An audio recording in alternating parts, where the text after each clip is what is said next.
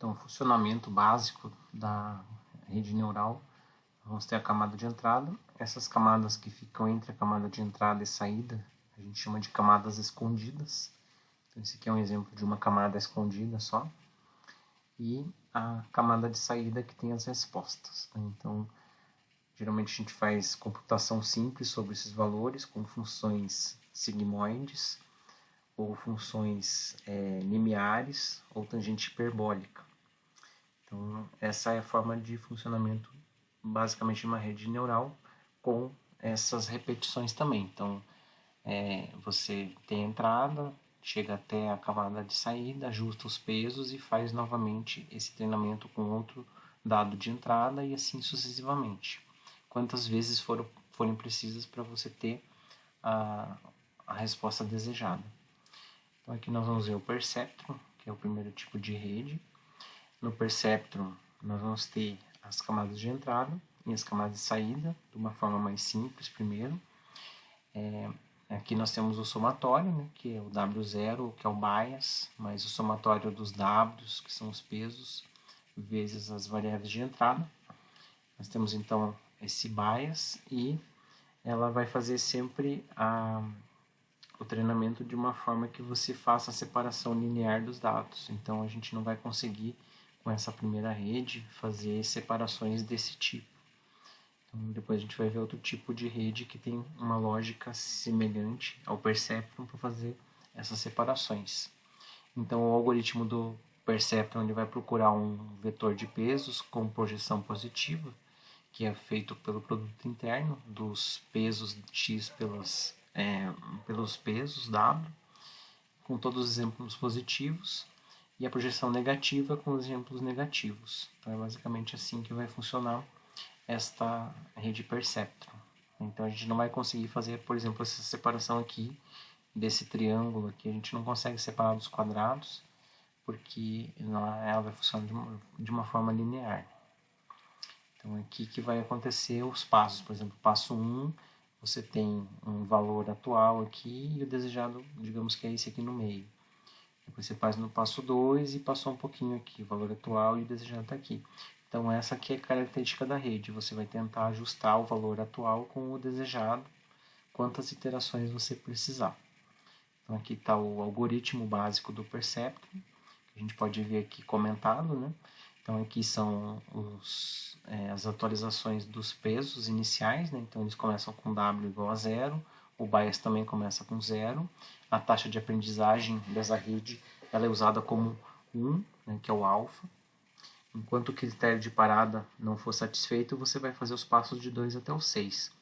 Então, quais são os critérios de parada mais usados? Ou é o número máximo de iterações, ou é um erro mínimo alcançado, ou o número máximo de iterações sem você ter modificações dos pesos, que mostra a estagnação dessa técnica. Então, depois você tem o passo 2 aqui. Para cada par de treinamento, você vai apresentá-lo à rede. No passo 3 você vai fazer o cálculo do y asterisco, que vai ser igual ao bias, mais o somatório de xi vezes wi. Então, é o vetor de entrada vezes os pesos w. Se o y asterisco for maior do que um delta, você vai ter a resposta igual a 1 do y. Se ele estiver entre menos delta e delta, a gente pode criar aqui uma faixa de indecisão, que vai ficar com y igual a 1. E se o y asterisco for menor do que menos delta, então a resposta vai ser menos 1. Então você vai ter certeza que vai dar 1 se ele for maior do que esse delta, que a gente usa geralmente um valor próximo de 0, por exemplo 0,1, 0,2. Então aqui na faixa de indecisão é quando você está entre delta e menos delta, né? Então aqui você vai responder como se fosse não sei. E o y asterisco ser menor do que menos delta, você vai ter a resposta menos 1. Como se fosse sim, não sei e não. Então esse é o funcionamento de um Perceptron simples. Depois a gente atualiza os pesos somente quando o y for diferente do desejado. Então ela só é feita quando a rede erra na classificação.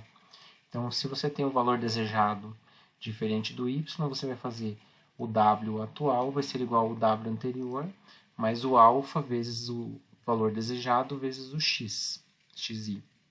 E a mesma atualização para o bias, só que no bias a gente não tem a multiplicação do x porque ele é um termo independente.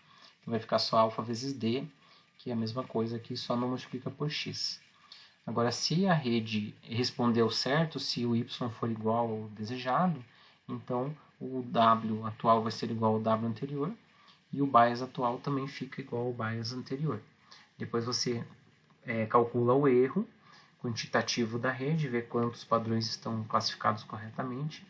Se for a maioria, ou se você tiver o critério de parada satisfeito, então você para o treinamento da rede. Então no Perceptron nós temos aqui uma função y igual ao bias mais xi wi. Na verdade isso aqui é uma equação de uma reta.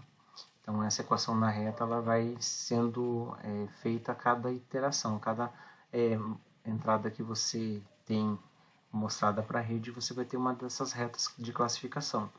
Então a cada iteração você tem um conjunto de retas até que vai chegar numa reta que vai fazer a separação correta. Então, separar esses maisinhos aqui, desses círculos aqui, a gente consegue nessa iteração aqui, fazer a separação final dos dados de entrada. Tá? Então, aqui são os Ws desse exemplo aqui, dessa referência.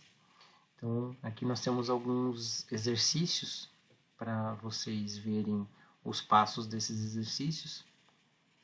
Então, aqui seria a classificação da função lógica aí para entradas 0 e 1 e saídas bipolares. Então nós vamos usar o delta aqui, que é aquela faixa de indecisão como 0,2. O alfa vai ser igual a 1. O bias e o W vão começar zerados. Então a característica dessa rede vai ser assim. Você vai ter o x1 e o x2. Quando for 1 e 1, o desejado vai ser 1. Agora, quando for 1 e 0, quando uma das variáveis é 0, o desejado vai ser menos 1. Então, esse é o E, que é a função lógica. Então, nós vamos ter duas entradas, duas variáveis de entrada, e a função do somador aqui vai ser feita com essas entradas e a gente já faz a saída y. Então, aqui nós temos as primeiras iterações. Então aqui nós temos o padrão 1 e 1 apresentado à rede. Aqui entra 1 e 1, só que os W são 0. Né? Então, como nós temos aqui 0, então vai ficar o y igual a 0, que ele é diferente do desejado, que é 1, para esse padrão de entrada 1 e 1. Então nós temos aqui a atualização dos pesos. Então eles vão ser feitos dessa forma. W1 vai ser o W1 anterior, que é 0, mais o alfa, que é 1, vezes o valor desejado, que é 1, vezes o valor da variável, que é 1.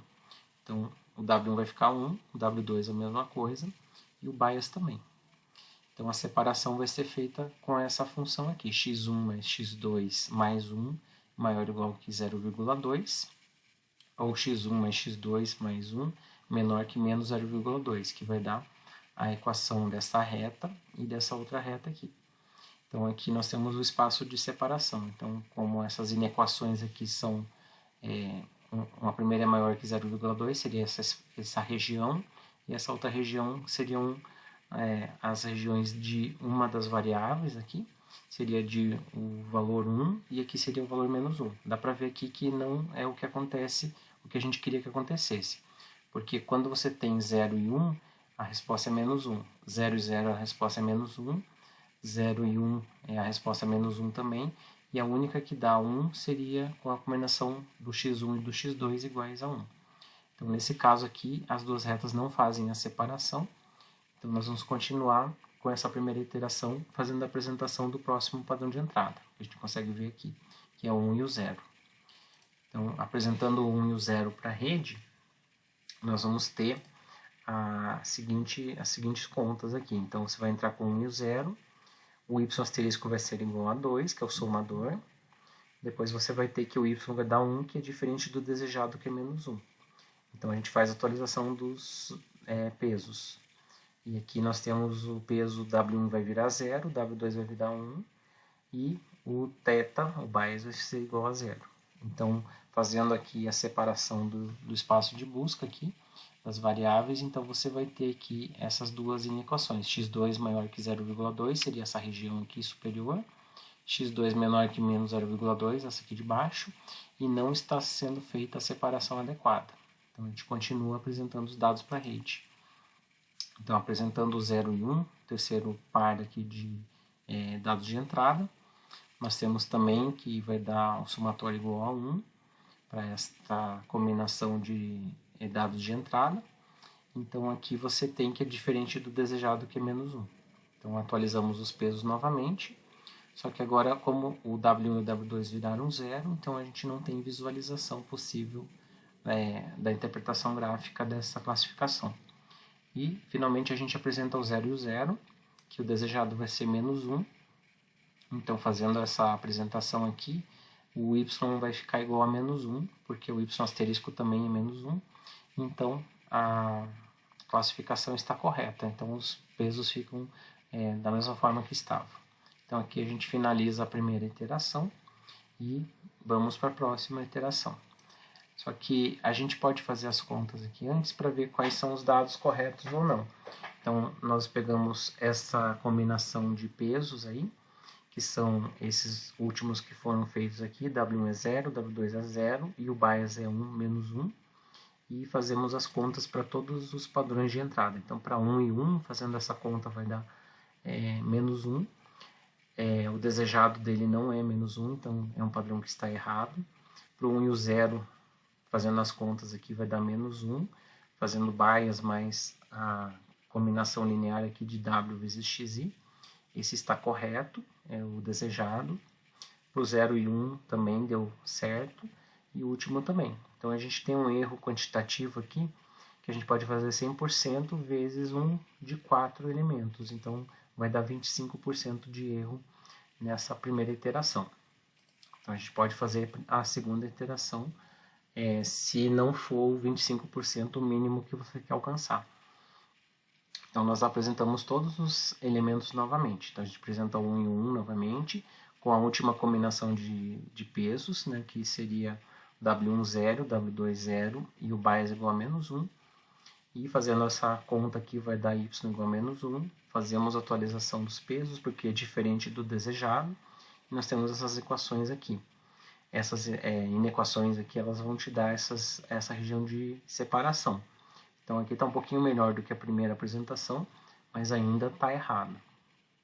Então vamos apresentar o 1 e o 0, e assim sucessivamente. Você vai apresentando os dados, vai vendo as inequações que fazem essa separação, e você vai apresentando todos os elementos. Então, na terceira apresentação aqui, novamente 0 o W1 e 0 o W2, e a combinação de pesos final da segunda iteração vai ficar 0, 0 e menos 2.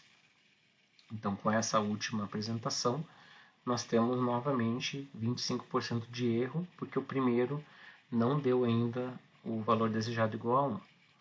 Então aqui nós temos as iterações da terceira até a nona, onde eu apresentei aqui só os resultados. Por exemplo, da terceira iteração, nós temos essas equações aqui. Dá para ver que está aproximando mais da separação ideal.